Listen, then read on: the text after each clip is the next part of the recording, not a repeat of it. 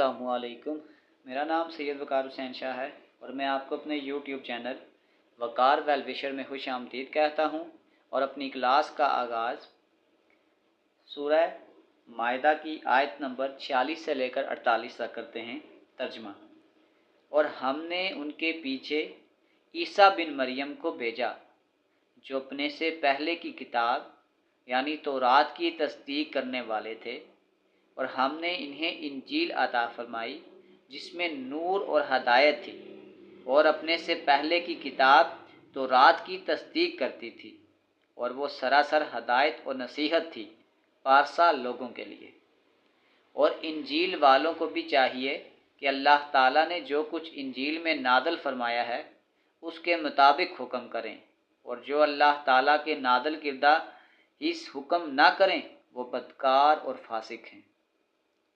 और हमने आपकी तरफ हक के साथ ये किताब नादल फरमाई है जो अपने से अगली किताबों की तस्दीक करने वाली है और उनकी मुहाफिज है। इसलिए आप इनके आपस के मामलात में उसी अल्लाह की उतारी हुई किताब के साथ हुक्म कीजिए। उस हक से हटकर इनकी ख्वाहिशों के पीछे न जाइए। तुम में से हर एक के लिए हमने एक दस्तूर और राह मुकर्रर कर दी गई। अगर मंजूर मौला होता तो तुम सबको एक एक उम्मत बना देता, लेकिन इसकी चाहत है कि जो तुम्हें दिया है इसमें तुम्हें आजमाए। तुम नेकियों की तरफ जल्दी करो, तुम सब का रुजू अल्लाह ही की तरफ है, फिर वो तुम्हें हर चीज़ बता देगा जिसमें तुम इख्तलाफ करते रहते थे। सदक़ल्लाहुल अज़ीम। प्यारे बच्चों, आज की क्लास में एक्सरसाइज 10.2 क्वेश्चन नंबर 5 सॉल्व करेंगे। तो वीडियो को शुरू करने से पहले कमेंट सेक्शन में लाजमी बताएं कि आप हमारी वीडियो कहाँ से देख रहे हैं और आप किस कॉलेज में पढ़ते हैं। तो चलते हैं अपने क्वेश्चन की जानिब। Number 5, the slope of family of the curve at the point is y-1 divided by 1 - x। यानी आपके पास जो स्लोप है वो आपके पास इस पॉइंट पे गिवन है, वो ये गिवन है। इसका मतलब आपके पास जो स्लोप होता है वो होता है dy/dx, और ये आपको गिवन है y-1 divided by 1 - x। Determine the equation of the curve. हमने फाइंड करनी है इक्वेशन ऑफ द कर्व, और हमें एक पॉइंट भी गिवन है जहाँ से ये पास हो रही है, और वो पॉइंट है गिवन पॉइंट है जो यानी कि 4 - 3। तो सबसे पहले आपके पास, क्योंकि ये होमोजीनियस इक्वेशन है, तो सबसे पहले हम इसको सेपरेट करते हैं इन टर्म्स ऑफ वेरिएबल यानी x और y। Separate x and y। तो अगर आप इस dy वाली टर्म को एक तरफ करें तो ये आपके पास आ जाएगा dy, और ये y-1 इस तरफ आ जाएगा, और ये dx उधर चला जाएगा, ये आ जाएगा dx 1 - x। अब अगला काम आपके पास ये होता है कि apply integral sign on both sides.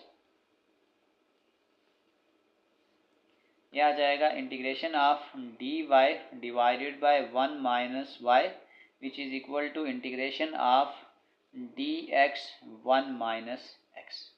अब यहाँ पे आप ये चीज़ याद रखनी है कि जब हमारे पास एक टर्म का डेरिवेटिव, अगर आप ये देखें y-1 का डेरिवेटिव जो है वो y है, इसका मतलब ये है कि जो नीचे वाली टर्म है उसका डेरिवेटिव ऊपर है, ये तो आपके पास कन्वर्ट हो जाएगा log y-1। लेकिन अगर आप यहाँ पे देखें तो जो 1 - x का अगर हम डेरिवेटिव लें तो ये आपके पास आता है -1। इसका मतलब हमारे पास यहाँ -1 नहीं है, तो सबसे पहले हम यहाँ पे -1 बनाएंगे। इसको यहाँ पे भी -1 लिख लें और एक -1 हम इसके साथ मल्टीप्लाई कर देते हैं ताकि हम इसको कैंसिल करें तो वही चीज़ बन जाए। तो ये फिर आपके पास आ जाएगा minus log of 1 - x plus log of c आ जाएगा। अब आपके पास ये माइनस वाली टर्म है, इसको इस तरफ अगर हम शिफ्ट कर लें तो ये आ जाएगा log of y-1 plus log of 1 - x is equal to log of c। आपने ये चीज़ याद रखनी है कि ये जो log ऑफ c हो या c हो ये सेम होता है, सिर्फ क्योंकि इस टर्म में log आ रहा है तो जब मैं दोनों तरफ एंटी log अप्लाई करूँगा तो ये log कैंसिल हो जाएगा। अब log में आपके पास एक टर्म होती है कि जब आपके पास प्लस हो तो वो मल्टीप्लाई में चेंज हो जाएगा। ये आपके पास आ जाएगा log of Y minus one into one minus X is equal to log of C. अगर हम इधर ही एंटी लॉग अप्लाई कर दूं, जगह शॉर्ट है, तो ये आपस में कैंसिल हो जाएगा। तो ये आपके पास आ जाएगा y minus one into one minus X is equal to C. तो ये आपके पास रिक्वायर्ड जनरल इक्वेशन है।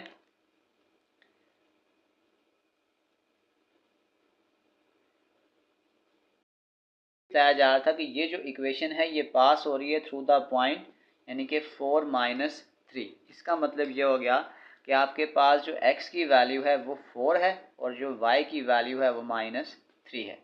वैल्यू पुट करते हैं, y आपके पास आ जाएगा माइनस थ्री, यानी कि माइनस थ्री और माइनस वन, और x की जगह आपके पास आ जाएगा one minus four is equal to C. ये आपके पास आ जाएगा माइनस फोर, और ये आपके पास आ जाएगा फोर में से वन निकालेंगे minus three is equal to C. Minus minus plus, four three जार 12 is equal to C.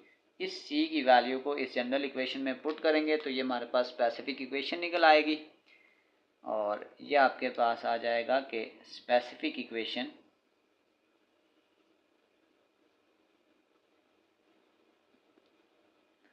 y minus one into one minus X is equal to 12 है। तो ये आपके पास आ जाएगा y माइनस वन, इस टर्म को तो जाके डिवाइड कर दें, 12 divided by one minus X, और ये माइनस वन उधर जाके प्लस वन हो जाएगा। ये आ जाएगा y 12 divided by one minus x plus one. इसको अगर आप फर्दर एलसीएम ले लें तो ये आपके पास पे भी छोड़ सकते हैं, या फर्दर अगर हम एलसीएम लेंगे ये आ जाएगा y 12 प्लस, जब हम इसका एलसीएम लेंगे वन माइनस एक्स, तो ये इसके साथ मल्टीप्लाई हो जाएगा, one into one minus X आ जाएगा। तो ये आपके पास आ जाएगा 12 plus one minus X divided by one minus X. तो ये आपके पास आ जाएगा y इज इक्वल टू 12 में से वन निकालेंगे 11 minus X divided by one minus x. ये आपके पास इसका फाइनल इक्वेशन है। आप इसको यहाँ तक भी लिख सकते हैं, या इसको अगर आप यहाँ पे छोड़ना चाहें तो भी ठीक है। तो ये आपके पास इसका फाइनल आंसर है। इसी के साथ क्वेश्चन नंबर 5 कंप्लीट सॉल्व हो चुका है। आखिर पे मैं एक प्ले लिस्ट लगा दूंगा, उस प्ले लिस्ट में जाकर आप किसी भी वीडियो को विजिट करना चाहें तो आसानी से विजिट कर सकते हैं। आखिर में एक छोटा सा मैसेज अपने देखने और सुनने वालों के लिए। अतालवी कहावत है कि बड़ा दरख्त ज़्यादा साया देता है मगर फल हमेशा कम देता है। प्यारे बच्चों, अपना बहुत सारा ख्याल रखें। मिलते हैं अगली वीडियो में, तब तक के लिए अल्लाह हाफिज़।